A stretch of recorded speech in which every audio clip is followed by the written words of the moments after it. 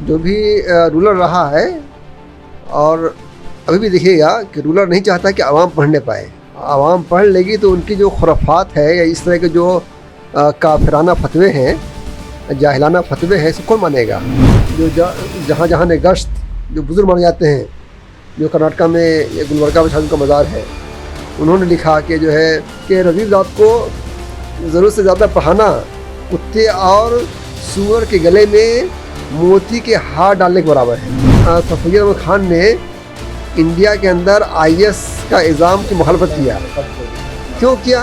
वो कहते हैं कि रज़ील ज़ात के बच्चे आ जाएंगे और हम जानते हैं उनकी ज़ात से किस ज़ात का है, तो हम बर्दाश्त नहीं कर सकते हम शरफा कि हम पर कोई रज़ील ज़ात हुकूमत करे।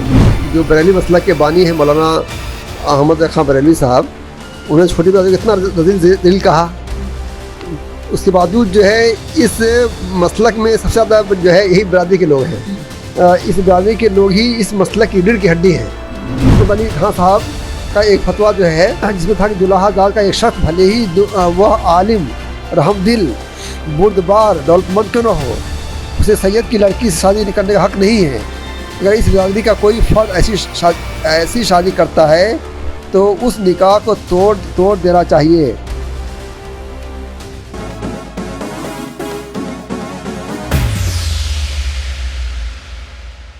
मौलाना अहमद रज़ा खां बरेलवी भारत के प्रसिद्ध आलिम हैं। यह बरेलवी संप्रदाय के संस्थापक और उसकी धार्मिक मुखिया हैं। मौलाना की दृष्टि में सैयद का इतना बड़ा स्थान है कि यदि वह चोरी, व्यभिचार, कत्ल का भी अपराधी सिद्ध हो जाए तब भी काजी उसको सज़ा देते हुए दंड देने की नीयत नहीं करेगा। अतः उससे पूछा गया कि सैयद लड़के को उसका गुरु अनुशासनहीनता के लिए मार सकता है या नहीं। उत्तर मौलाना अहमद रज़ा खां बरेलवी ने दिया, काजी अल्लाह के कानून को लागू करने पर मजबूर है। उसके सामने अगर किसी सैयद पर शरीयत की हद सज़ा सिद्ध हुई तो इसके बावजूद कि उस पर हद सज़ा लगाना अनिवार्य है और वो हद सज़ा लगाएगा, लेकिन उसको आदेश है कि सज़ा देने की नीयत ना करे, बल्कि दिल में यह नीयत रखे कि शहजादे के पैर में कीचड़ लग गई है, उसे साफ कर रहा हूँ। तो काजी जिस पर सज़ा देना अनिवार्य है उसको तो यह आदेश है, तो शिक्षक की क्या हैसियत है जो किसी भी सैयद को अनुशासनहीनता पे दंड दे सके, मार सके। कैपिटल पनिशमेंट के तो हम भी खिलाफ है। सलाम, नमस्ते, आदाब।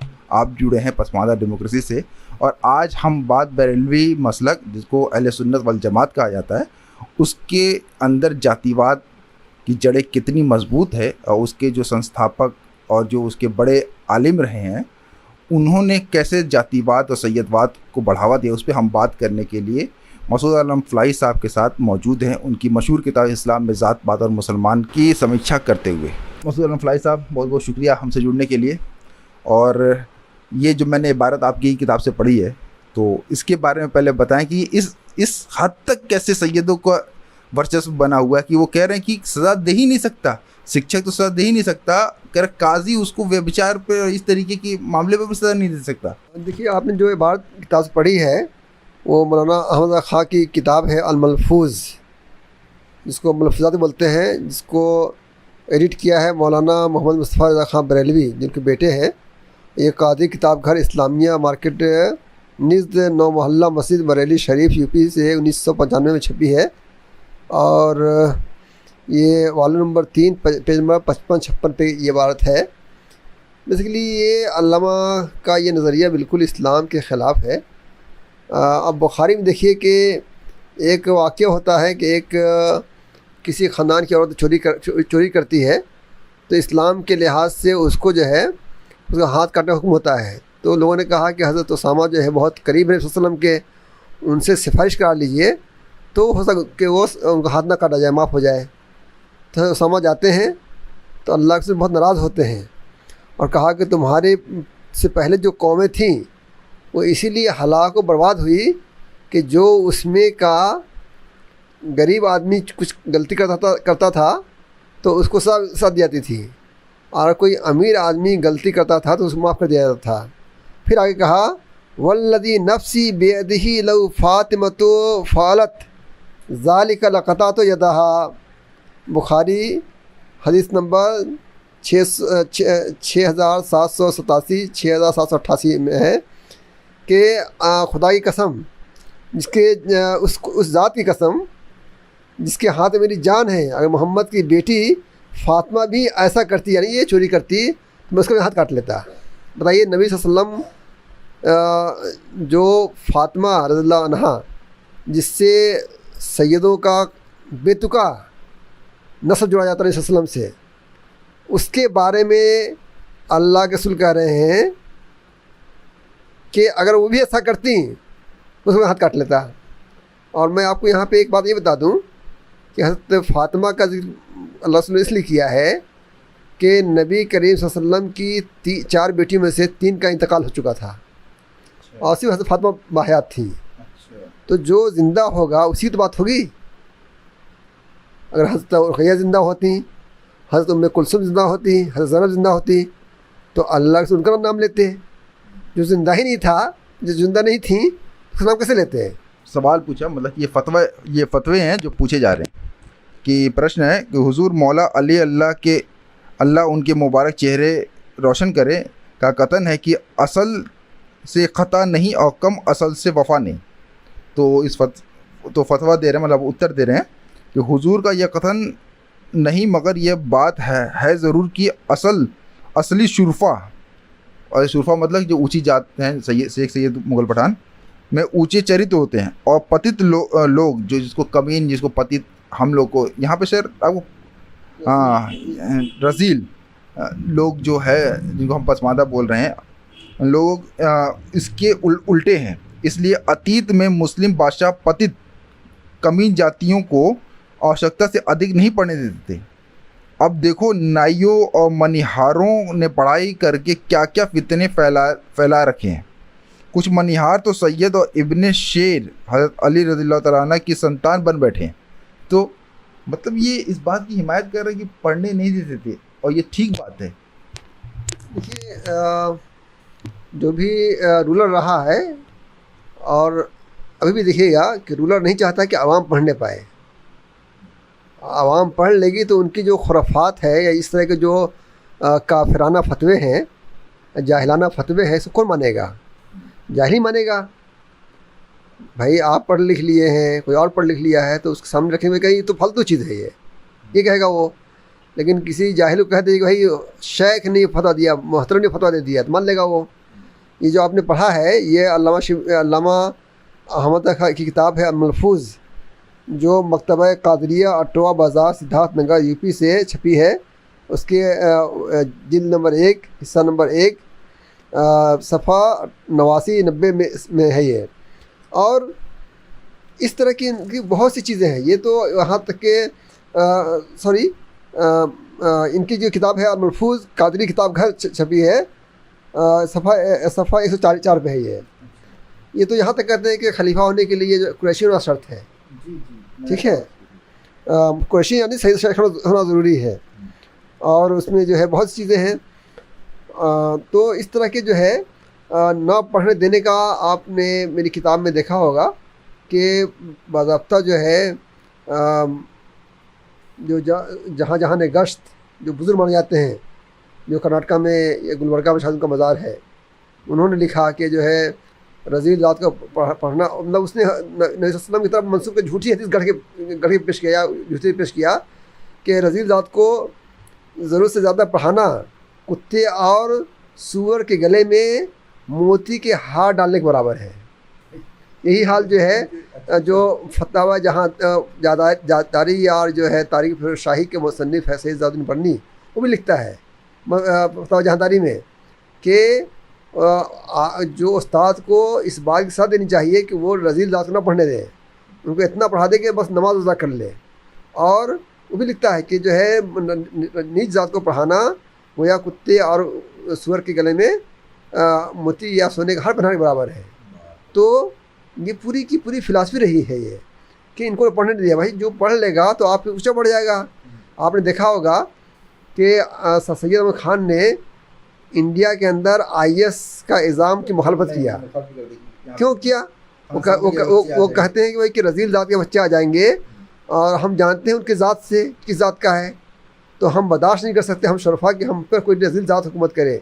हाँ, इंग्लैंड से जो आते हैं उसमें रज़ी और दर्जी के बेटे होते हैं, ड्यूक के बेटे होते हैं, लेकिन वो इतने दूर से आते हैं कि हमको पता नहीं चलता कि कौन है ये। तो लाइली में तो हम बर्दाश्त कर लेंगे रज़ील ज़ात को, लेकिन जिसके हम जड़ से जानते हैं कि रज़ील ज़ात है उसको हम नहीं बर्दाश्त कर सकते। तो ये पूरी एक मानसिकता रही है, ये कास्ट मेंटालिटी रही है, ये शैतानवाद रहा है। आप लिख रहे थे कि क्या फरमाते दीन के उलमा और शरीयत के मुफ्ती इस मसले पर कि ज़ैद हाफिज़ कुरान है लेकिन नौकरी खानसामागिरी मतलब बैरागिरी की करता है।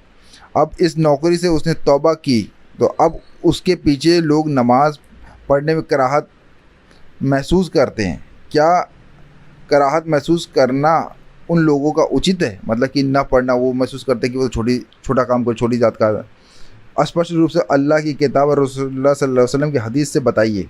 उत्तर देके पुण्य पर रखोगे, मतलब कि उसका हिंदी तर्जुमा तगड़ा ही हो गया। यदि अब जवाब मिल रहा है कि यदि केवल इस वजह से कि कराहत महसूस करते हैं कि उसने वो नौकरी की थी, हालांकि अब तौबा कर ली, तो उसकी कराहत महसूस करना अनुचित है, क्योंकि कोई पाप करके तौबा करने के बाद पाप नहीं रह जाता। तो मतलब खानसामा मतलब काम करना एक इज्जत का काम है कि वो मेहनत करके कमा रहा है, तो उसमें ये कैसे मैं ये क्वेश्चन ही नहीं समझ में आया कि इसमें दिक्कत क्या थी। मान लीजिए एक खानसामा है, खाना बना रहा है, ये बैरागिरी कर रहा है, तो इसमें दिक्कत क्या है, किस बात की है, कराहत किस बात की? उलमा ने या फ़ुक़हा ने जो पेशों की कैटेगरी किया है कि कोई आदमी मेहनत से काम कर रहा है तो उसको रज़ील माना है, और जो आदमी बल्कि जो है ज़मींदार है और कोई और काम कर रहा है उसको अच्छा माना है। तो उस कैटेगरी बात हो रही है। इनको तो मना को तो ये कहना चाहिए था कि भाई खानसामा का पेशा रज़ील इस्लाम में रज़ील नहीं, हराम नहीं है, जायज़ है। और जो आदमी अपने हाथ से कमाई करता है या हलाल खा रहा है उसे उसमें गुनाह क्या है, और उसको डांट डपट पिलानी चाहिए था कि आपकी हिम्मत कैसे हुई कि इस बात किया आपने। और अल्लाह के रसूल की हदीस है कि एक पूछा गया अल्लाह रसूल से कि अय्यो कसमिन अतब या रसूलल्लाह, अल्लाह रसूल सबसे अच्छी कमाई क्या है? तो अल्लाह रसूल ने कहा अमलु रजुल बेदिही, इंसान का अपने हाथ से कमाई करना, हाथ से कमाना। और कहा कि जो है ज़करिया नज्जार, वो फिर कहा कि जो दाऊद अलैहिस्सलाम थे अपने हाथ से काम करके खाते थे, वो मतलब लोहारी काम करते थे। फिर अब आगे हदीस में आता है कि जो ज़करिया अलैहिस्सलाम थे वो बढ़ई काम करते थे। नूह अलैहिस्सलाम को क्या आता है, देखिए उन्होंने कश्ती बनाई, उन्होंने नबी सल्लल्लाहु अलैहि वसल्लम जो बकरी चलाते थे, नबी सल्लल्लाहु अलैहि वसल्लम की 2 बीवियाँ जो है चमकारी काम करती थी, मतलब वो चमड़े की दवागत करती थी। तो ये पूरी की पूरी हदीस मौजूद है। एक सवाल देखिए, सवाल पूछ रहा है कि कसाई, कोई एक कसाई है, ऐसे इमाम के पीछे नमाज़ पढ़ना वैध है कि नहीं? तो अब उनके जवाब में क्या अजीब सा जवाब दिया, यदि उसने तराहत, गंदगी, साफ़ सुथरा और पाक और नमाज सही है और अपने मसलक का वहाबी या देवबंदी आदि बेदीनी और बददीन नहीं है, सही सुन्नी अकीदे का है और खुल्लम खुल्ला गुनाह करने वाला नहीं, तो उसके पीछे नमाज बेशक पढ़ना वैध है। कसाई होना कोई इमामत में रुकावट नहीं। अनेक बड़े लोगों ने ये व्यवसाय किया है। हाँ, अगर जमात वाले उसे नफ़रत करते हों और उसकी इमामत के कारण जमात में कमी पड़े और दूसरे इमाम सुन्नी सही अकीदे वाला इमामत योग्य मौजूद हो, तो दूसरे को की इमामत बेहतर है। मतलब यहाँ पर इंडायरेक्टली वे में तो उसको हटा ही दिया ना। तो में जो है इंडायरेक्टली जो है इन्होंने इसको जो है हटाने की कोशिश किया है। होना तो ये चाहिए था, कहते मौलाना फतवा देते भाई कसाब बरादरी की शख्स की इमामत से लोग नफरत करना इस्लाम में हराम है, लेकिन बरास उसको फतवा दिया, इससे इसकी इमामत खतरे पड़ गई। और यही नहीं, मौलाना ने जो है और जगह फतेह पूछा गया कि इमामत में होता है, इस्लाम में आता है कि इमाम किसको बनाया जाए। तो भाई जो सबसे ज़्यादा कुरान पढ़ जानता हो, और या भाई को अगर सब लोग कुरान पढ़ने में जानते हो तो किसको बनाया जाए। तो भाई जो सब जो हदीस जानता हो, और हदीस में सबसे अच्छा जानता हो कौन बनेगा? तो कहा कि जो इस्लामी शरीयत जानता हो, फिर कहा कि जो है जो उम्र में ज़्यादा हो, इस तरह बातें आई हैं, जो नेक हो सब ज़्यादा। तो उसमें उसमें जो है मौलाना अहमद खान साहब लिखते हैं कि जो जब इन सारी चीज़ों में सब बराबर हो जाएंगे, मतलब कोई कारी है, अच्छा है, कुरान पढ़ता है, फिर हदीस जानता है, पूरा परहेज़गार है, इन सब में लोग सब बराबर हैं, तब किसमें हम किसको तरजीह देंगे? तब तो अब शराफत नस्बी में तरजीह दी जाएगी। मतलब 2 आदमी हैं, एक कारी, दोनों कारी है, दोनों जो है हदीस जानने वाला है, दोनों मुत्तकी परहेज़गार है, अब दोनों में किसको हम जो है इमाम बनाएं, कहा कि जो नस्ब में आला हो। और जो है ये उनकी किताब है फतावा रिजविया बाबुल इमामा मसला नंबर 577 जिल्द 6 सफ़ा 397 जिल्द 6 सफ़ा 604 मसला नंबर 767 और जिल्द 6 501 मसला नंबर 631 जिल्द 6 576 मसला नंबर 712 में ये चीज़ मौजूद है। एक व्यक्ति का कहना है कि सैयद अर्थात आले नबी की बेटी हर एक को पहुंच सकती है, अर्थात हर मुसलमान से विवाह वैध है। दूसरे ने उत्तर दिया कि अगर भंगी मुसलमान हो जाए तो भी वैध है। तो इसका उत्तर दिया कि कोई बुराई नहीं। मौलाना इस प्रश्न के उत्तर में लिखते हैं, ये सारे मौलाना जो शब्द यहाँ इस्तेमाल हो रहा है वो अहमद रज़ा खां बरेलवी के लिए, क्योंकि उन्हीं का अभी बाब उन्हीं का चैप्टर चल रहा है। उपरोक्त व्यक्ति झूठा है और अनुशासनहीन और गुस्ताख है।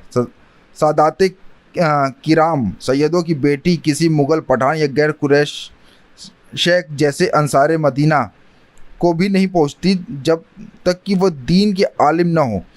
कि यद्यपि यह जातियाँ शरीफ गिनी जाती हैं लेकिन सैयदों की श्रेष्ठता सबसे ऊपर है और गैर कुरैश का कफू नहीं हो सकता। तो रजील जाति वाले अल्लाह की पनाह कैसे सैयद के कफू हो सकते हैं।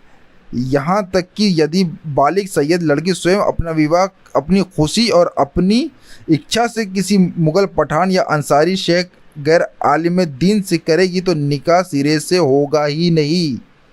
मतलब वो निकाह कर भी लेती है तो निकाह माना ही नहीं जाएगा इनके मसलक या इनकी नज़रिए से। अब मसलक नहीं भी बोलूँ तो इनके नज़रिए से वो निकाह हुआ ही नहीं। कुफू का तस्वुर है ये तो इनका है कि भाई सैयद सबसे आला है।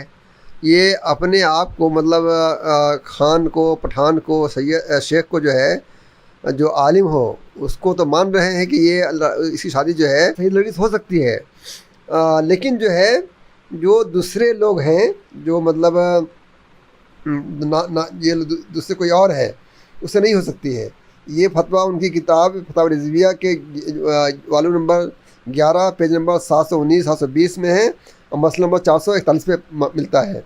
और ऐसे नहीं उनके बेटे और मौलाना ने एक फतवा दिया और उस पर लिखा तो उनके बेटे जो है मौलाना अहमद खान साहब बेटे मौलाना मुस्तफ़ा रज़ा खां कादरी ने उसको उर्दू किया है। फतवा अरबी में है तो उन्होंने उसका उर्दू उस पर नोट लगाया है। लिखते हैं कि जुलाहे और खाल पकाने वाले मोची और नाई उनके जैसे ज़लील पेशावर जो अपने इन ज़लील पेशों के साथ मारूफ़ हों मतलब मशहूर हों अगर आलिम भी हों जब भी शोरफा के कुफू नहीं हो सकते क्योंकि मदार का वजूद आर पर है। आलिम होना इस उर्फ़ी दनात को या उस उर्फ़ी जो है जो रज़ालत है को रोक नहीं सकता है। हाँ इन बिलाद में मतलब इन शहरों में सैयदानियाँ ऐसे पठानों और मुग़लों से आर नहीं करती जो ज़ेवर इल्म फल से आरास्ता हों कि पठान और मुग़ल यहाँ अपने को शरफ़ा में शुमार करते हैं।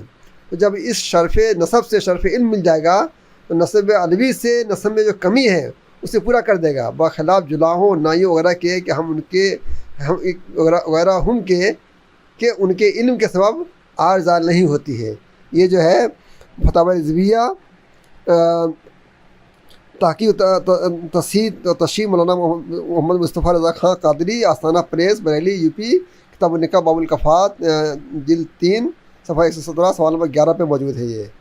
और पाकिस्तानी नुस्खे में ये इबारत जो है जिल्द 11 पेज नंबर 715 719 मसला नंबर 439 में मौजूद है ये। तो ये देख लीजिए मतलब ज़रा कोई मतलब सो कॉल्ड रज़ील ज़ात का आदमी आलिम भी हो जाए तब भी वो सैयदों के कुफू नहीं हो सकता क्योंकि उसका आलिम होना जो है उसकी जो उसकी रज़ालत है उसको दूर नहीं कर सकता। लेकिन कोई पठान है मुग़ल है वो आलिम हो जाता है तो हाँ वो तो कुफू हो सकता है। तो देख लीजिए किस तरह कास्ट पॉलिटिक्स की गई है क्योंकि हम ये जो मौलाना खान बरेलवी जो है ये खान है जिन्होंने अपने कास्ट को जोड़ दिया हाँ जिससे मौलाना मुफ्ती मोहम्मद उस्मानी या मुफ्ती मौलाना आपके जो है ये जो देवबंद के आलिम गुजरे हैं मौलाना अशरफ थानवी ने नहीं कहा कि हाँ वो शेख जो है सैयद का कुफर हो सकता है। तो सारे मौलवियों ने अपने विकास को सैयदों का कुफर करार दे दिया। लेकिन जो बेचारे इंडोजीनियस मुस्लिम थे जो यहाँ से कन्वर्टर थे वो कितने दीनदार हो जाएं, कितने बुजुर्ग हो जाएं, कितने आलिम हो जाएं, लेकिन करने ना ये नहीं हो सकता। ये तो मतलब पूरे शहर में या पूरे उर्फ में मतलब समाज में ये रजील माने जाते हैं। जब रजील माने जाते हैं तो इनका इल्म भी इनकी जो रजाल को दूर नहीं कर सकता है, उब नहीं सकते हैं ये। और आगे आगे देखिए, मौलाना खान की मज़कूरा फतवा का अंदाज़ा करते हुए, अगर कोई मफरूज़ा तबका अशराफ से रखने वाली कोई लड़की छोटी जात की किसी लड़के से शादी कर लेती है तो मौलाना ऐसे निकाह को बातिल कर देते हैं। चुनांचे उनसे जगह पूछा गया कि आकिला बालगा औरत को इजाज़त नहीं, जगह फरमाते हैं कि आकिला बालगा औरत को इजाज़त नहीं कि बेरज़ा मंदिर सरीह औलाद औलिया, मतलब अपने औलिया के मर्ज़ी के ख़िलाफ़ अपना निकाह किसी गैर कुफू यानी छोटी जात से कर ले। अगर करेगी तो निकाह ना होगा। अब ये तो लड़की कर रहा है, नहीं कर सकती, मतलब देखो पे लड़की कर सकती है। अब ये कह रहे हैं कि एक फतवा पूछा गया कि एक माँ ने अपनी बेटी की शादी कर दी, और शादी कर दी तो सवाल पूछा भाई कौन था, तो जवाब आया कि जो है, जब जो सवाल पूछा गया तो कहा कि हाँ इसमें ये हुआ लड़की जो है पठान है और लड़का जो दुनिया है, उसने अपने आप को पठान जाहिर करके बराह फ्रे धोखे से निकाह कर लिया। तो और जो वो निकाह हुआ उसमें उसका बाप दादा को मौजूद नहीं था, हाँ भाई जवान मौजूद था, मगर किसी वजह से वो निकाह को तो मौजूद नहीं था। माँ ने इसी पर से इस मसले में शरन निकाह हुआ ही नहीं। अच्छा। मतलब वो निकाह कर लिया तो निकाह हुआ ही नहीं। फर्स्ट किसे किया जाए? लड़की को इख्तियार है जिससे चाहे निकाह कर ले। मतलब वो निकाह हो गया, इस्लाम में है कि जब तक निकाह हो गया तो तलाक जब तक ना हो जाए वो कुछ शादी कर सकता, करे निकाह ही नहीं हुआ, जायज़ ही नहीं है ये, ठीक है। तो ये भी जिनका फतवा जो है फतवा रिजविया जो पाकिस्तान छपी है, वाल नंबर 11 पेज नंबर 720 मसला नंबर 442 में मौजूद है ये। और एक शख्स से पूछा कि एक सैयदा के वली को बताया गया फलां शख्स सैयद है, और इस तरह उसकी शख्स की शादी जो है उस सैयदा से हो गई, लड़की से हो गई। बाद में चला कि वो सैयद नहीं जुलाहा है, तो जुलाहा है। बाद में जो शौहर था बहुत नाराज़ हुआ, वो खत लेके चला गया, मैं दोबारा नहीं आऊँगा। तो इस मसले क्या फरमाते हैं? वहाँ लिखते हैं कि इस मसले में निकाह को तोड़ने की ज़रूरत ही नहीं है, क्योंकि निकाह हुआ ही नहीं। अच्छा, ठीक है। हाँ, मतलब इसमें ये था कि जो है वो जो है मतलब लड़का लड़की साथ में रही भी है, वो दोनों भी, लेकिन कहते हैं कि इसमें निकाह तोड़ने की ज़रूरत ही नहीं है, वो निकाह हुआ ही नहीं। कहते हैं कि यहाँ जबकि वह कुफू नहीं है और वली को धोखा दिया गया, दोनों अमल से मुतहक्कक है न हुआ और निकाह बातिल महज रहा, ठीक है। और करे कि ऐसी हालत में उस लड़की पे कोई हुर्मत नाफिज नहीं होती है। जब निकाह नहीं हुआ तो जो है उनका ही निकाह कर ले वो। ये जो है फतवा Rizvia volume number 11 713 page number 714 मसला नंबर 438 मौजूद है ये।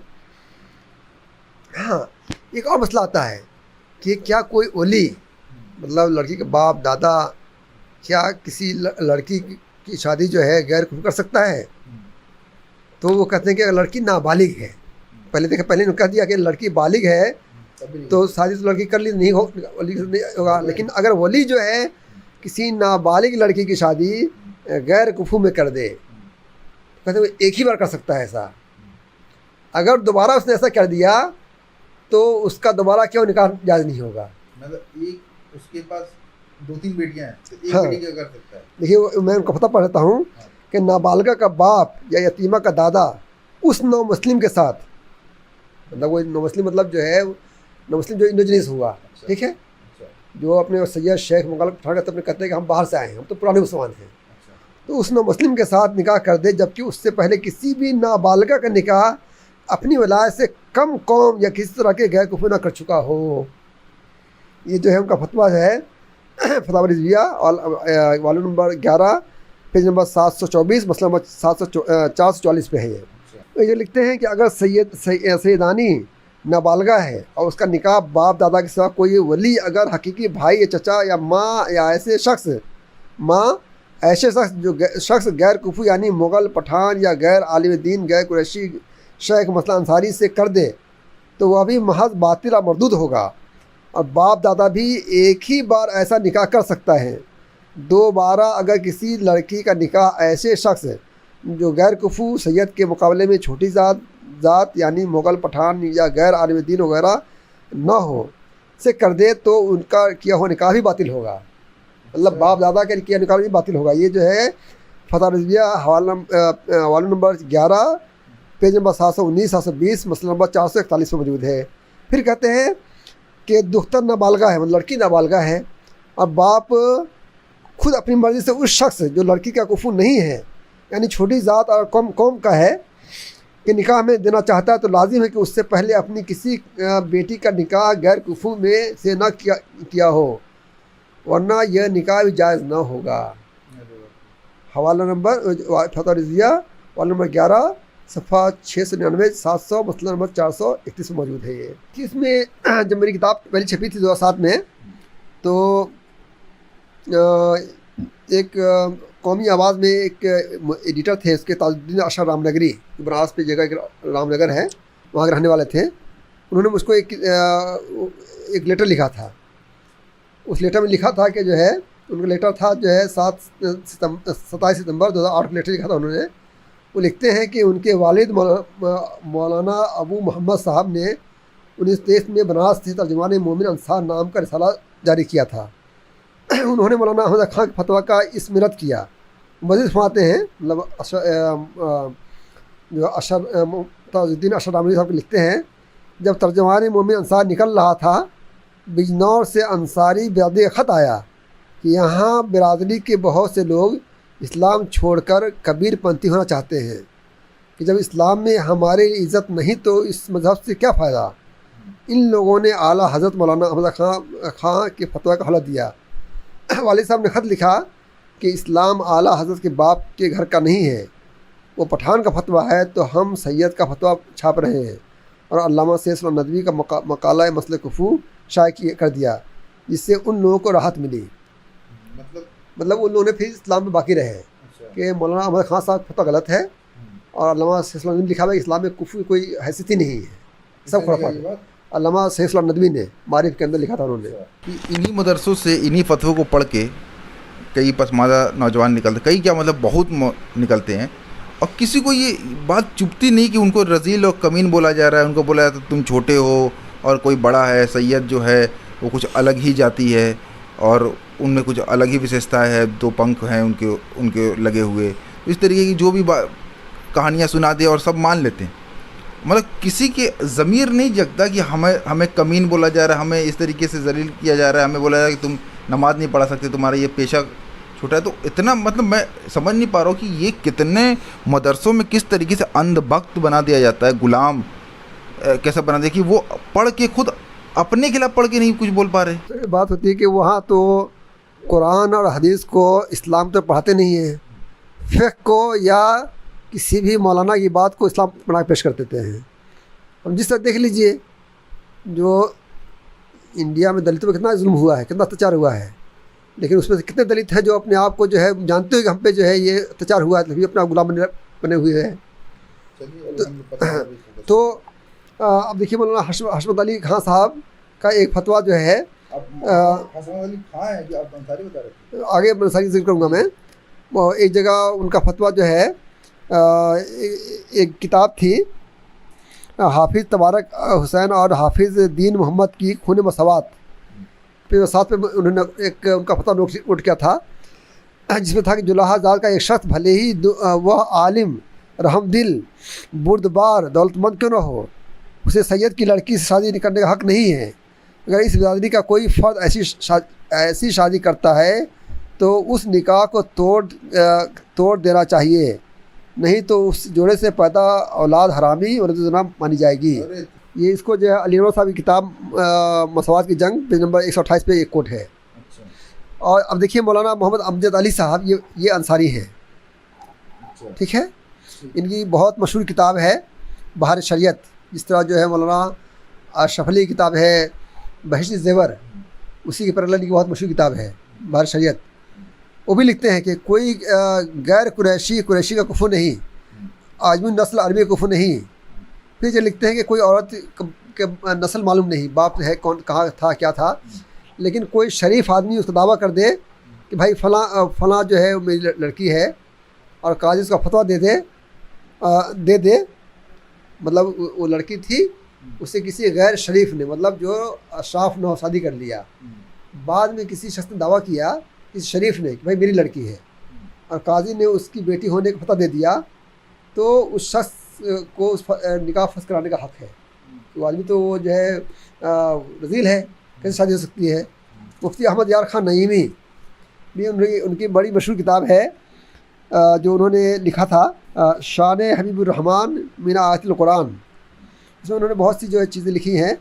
वो सईद वाला लिखते हैं, जिस तरह हज़रत सल्लल्लाहु अलैहि वसल्लम की अज़वाज मुहतरात मतलब बीवियों का अदब एहतराम ज़रूरी है, उसी तरह हज़रत सल्लल्लाहु अलैहि वसल्लम के सारे अहले कराबत मुस्लिमीन का एहतराम ज़रूरी है। बल्कि उनकी औलाद अमजाद मतलब बुज़ुर्ग, उनकी बुज़ुर्ग औलाद हज़रात सैयद साहबान वाजिबुत ताज़ीम हैं कि उनकी इज़्ज़त व हुर्मत मुसलमानों में लाजिम है। उनकी ऐब जोही दिल आज़ारी सख्त हराम है और हुज़ूर अलैहिस्सलाम के गज़ब का बाइस है। इस तरह सादात कराम को मामूली नौकर रखना, उनसे ज़िल्लत काम लेना, उनको बुरे अल्फाज से पुकारना भी सख्त जुर्म है। उनकी इज़्ज़त की जगह दो, उनमें इल्म की तबलीग करो। ये उनकी किताब जो नाम बताया मैंने उसके पेज नंबर 128-131 पे है। और मौलाना अरशदुल कादरी साहब ये भी जो है अंसारी हैं, लेकिन बिहार में इनको सेहत मशहूर करने की कोशिश की गई थी। तो इनके पोते हैं खुशतम नूरानी साहब, उनको मैंने एक लेटर लिखा था कि भाई बिहार में जो हमारे यहाँ एक अलीगढ़ में एक मलिक बिरादरी का आदमी कदवाई वो सैयद हैं, अभी क्या राय है। तो उन्होंने लिखा नहीं भाई हम सैयद नहीं हैं, हम वो अंसारी हैं, लेकिन हम जो है हम अंसारी लिखा उन्होंने अपने आप को तो लिखा।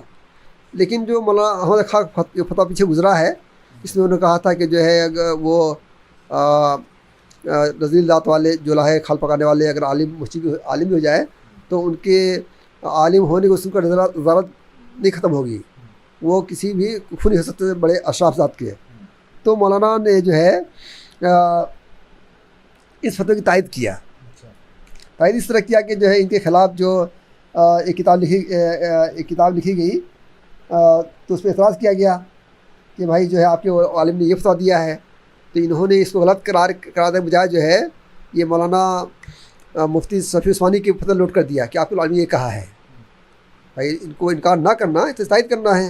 आपने ये किताब है मौलाना अरशदुल कादरी की ज़ेरो ज़बर मकतब जामा नूर जामा मस्जिद दिल्ली 1986 छपी है, और ये पेज नंबर 455-456 में मौजूद है ये, ठीक है। दूसरे हैं मौलाना मुफ्ती जलालुद्दीन अहमद अमजदी, ये भी अंसारी हैं, और ये भी जो है सैयदों की बड़ी तारीफ़ करते हैं। उन्होंने एक किताब लिखी है जिसका नाम है मुहर्रम के लिए 12 वाज़ों का मुस्तंद मजमुआ। इसमें बहुत सी बातें खुराफात लिखी हैं, बहुत सी बातें जो बेगर सनद के जिसकी कोई हैसियत नहीं है।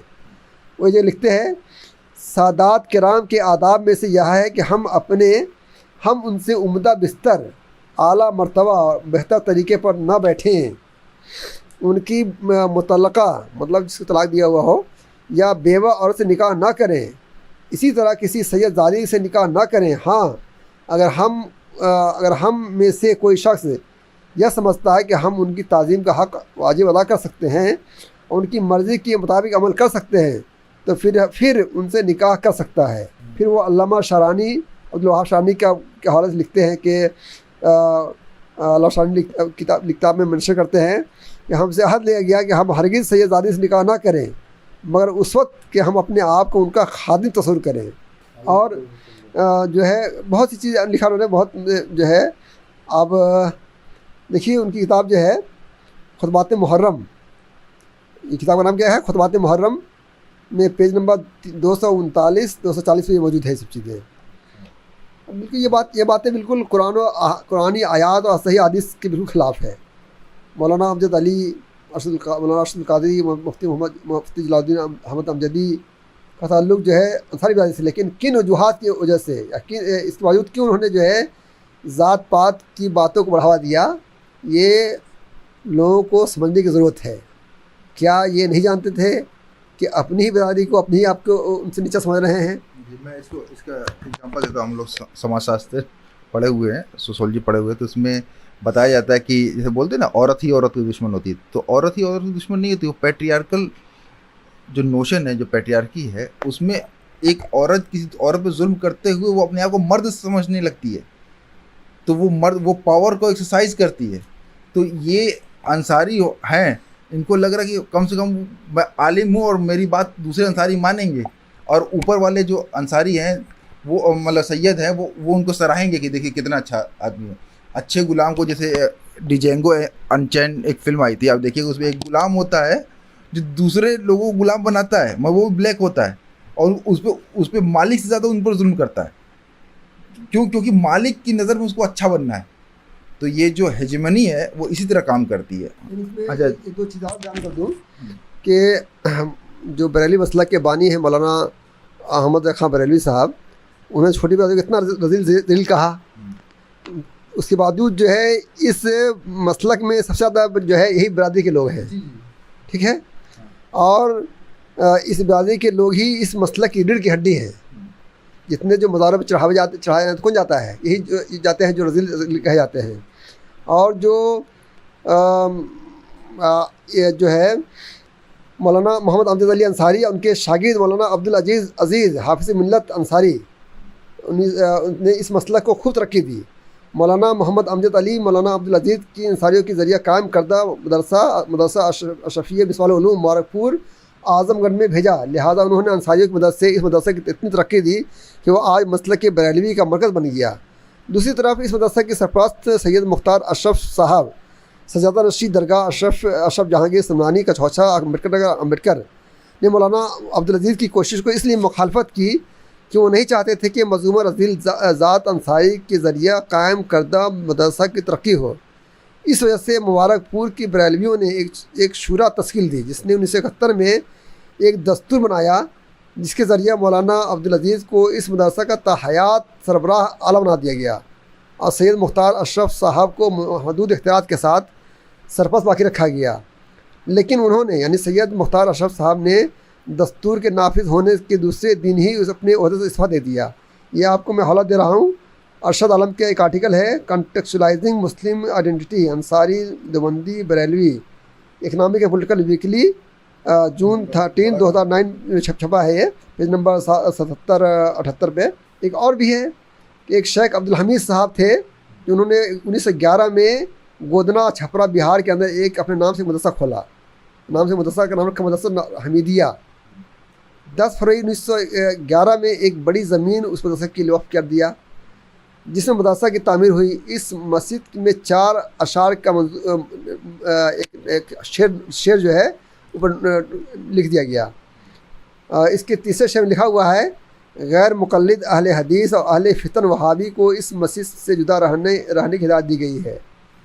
ठीक है, ये किताब है अताउल्लाह पालवी की किताब है तारीख़ नेक फाल, जो इस मदरसे के मतलब है, पेज नंबर 39 पे मौजूद है। ये इस मदरसे के लिए शेख अब्दुल हमीद साहब ने जो ज़मीन वक़्फ़ की थी, उसके वक्फ नामा के दफ़ा 13 में असातिज़ा के लिए तहदीद की। उनकी इबारत है कि मुदर्रिसीन हमेशा हनफी मज़हब मुकर्रर हुआ करेंगे। दफ़ा 27 में स्टूडेंट्स के लिए, तलबा के लिए यह कहा कि रज़ील कौम का नाम दर्ज नहीं किया जाएगा।